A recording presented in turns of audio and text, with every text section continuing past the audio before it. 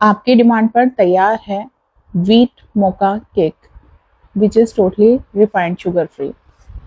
तो यहाँ पर हमने ये केक को बनाया है कंप्लीट होल व्हीट से।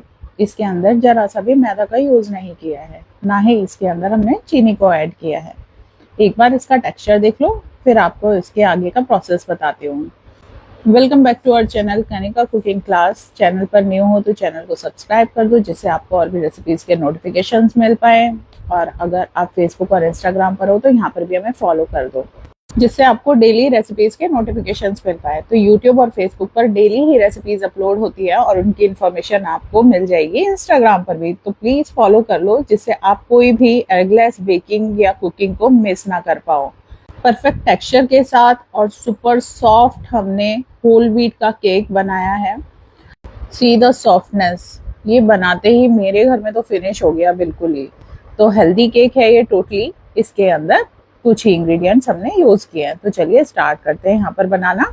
इंग्रेडिएंट्स आप नोट डाउन कर सकते हो, साथ के साथ मैं बताती जाऊंगी क्या क्या इंग्रेडिएंट्स कितना कितना लेना है। और मेजरमेंट का आपको स्पेशल ध्यान रखना है। मेजरमेंट पूरा जैसे बताया जाएगा आपको उतना लेना है। एक बड़ा सा बोल ले लो, जिसके अंदर आपको ऐड करना है कर्ड।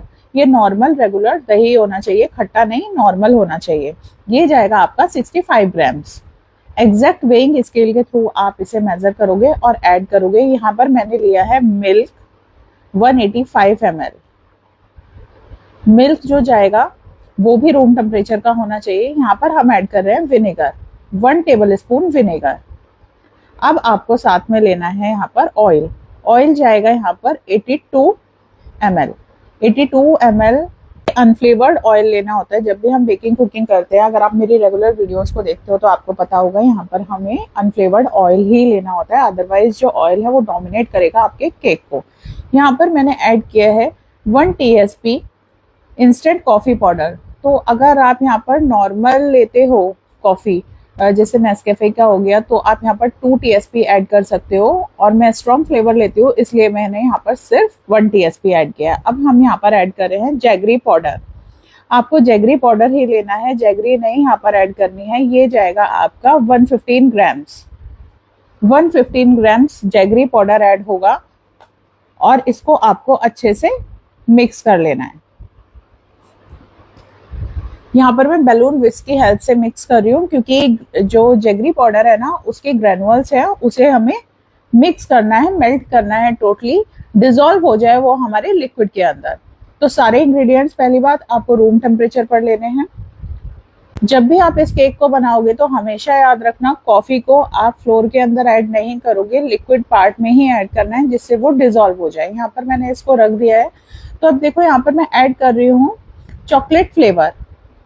ठीक है, ये टोटली ऑप्शनल है। आप यहाँ पर वनीला एसेंस को भी ऐड कर सकते हो, लेकिन मैंने यहाँ पर चॉकलेट फ्लेवर लिया है क्योंकि कॉफी के साथ चॉकलेट बहुत ही अच्छा जाता है। अब यहाँ पर हम कोको पाउडर को तो नहीं ऐड कर रहे हैं ना, तो हमने यहाँ पर चॉकलेट एसेंस डाल दिया ना। मैं इसके अंदर चॉकलेट्स को ऐड करूंगी। सिंपल प्लेन केक बनाते हैं, तो बाकी इसका अकेले ही टेस्ट जो है वो अपने आप में ही बहुत अच्छा है।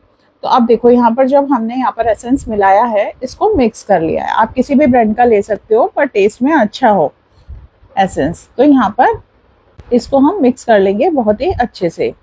ध्यान रखना है जितना भी जैगरी पाउडर है वो डिसॉल्व हो जाए, जिससे जब आप केक को बेक करो तो कहीं कहीं गांठें ना आए। तो बैलून विस्क की हेल्प से मैं यहाँ पर मिक्स कर रही हूँ। अब लेना है आपको एक छलनी।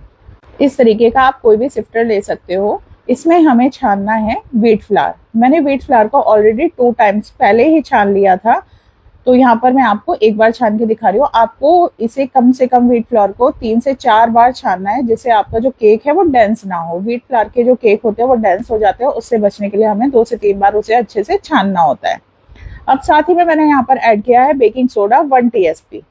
अब इसे हम छान लेंगे और फिर जो भी डिस्कार्डेड रहेगा इसके अंदर उसे हम रिमूव कर देंगे।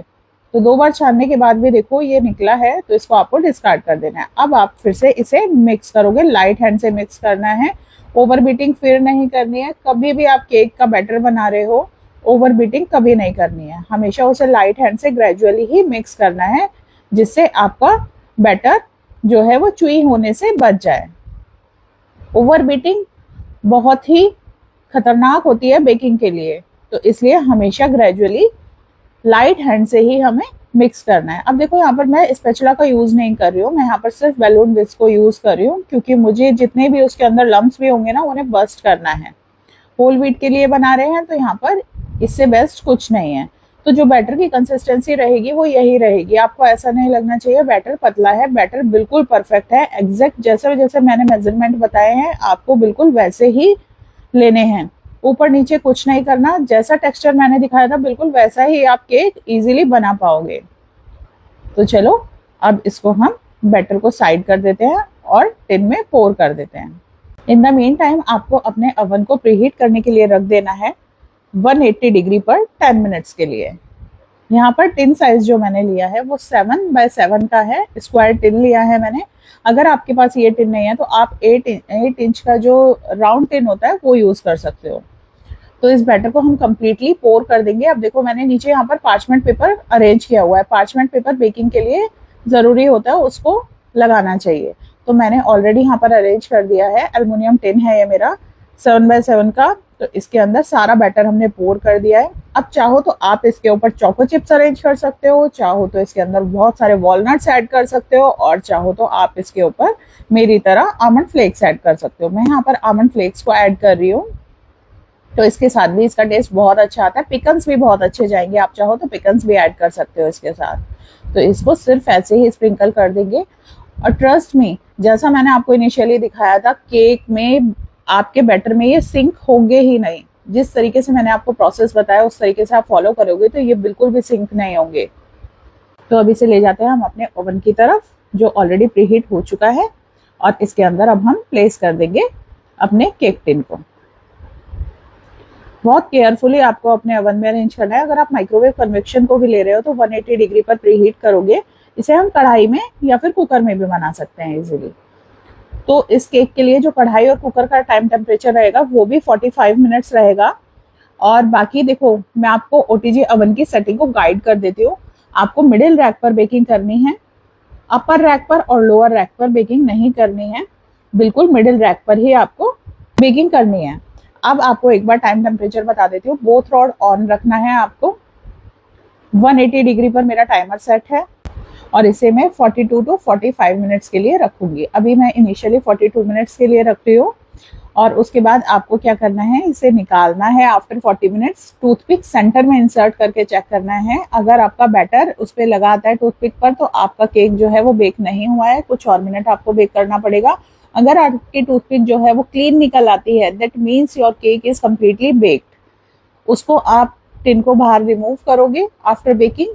थोड़ी देर के लिए उसे टाल या फिर किसी कपड़े से कवर करके रखोगे और उसके बाद आप इसे सर्व कर सकते हो। है ना बहुत आसान सा केक।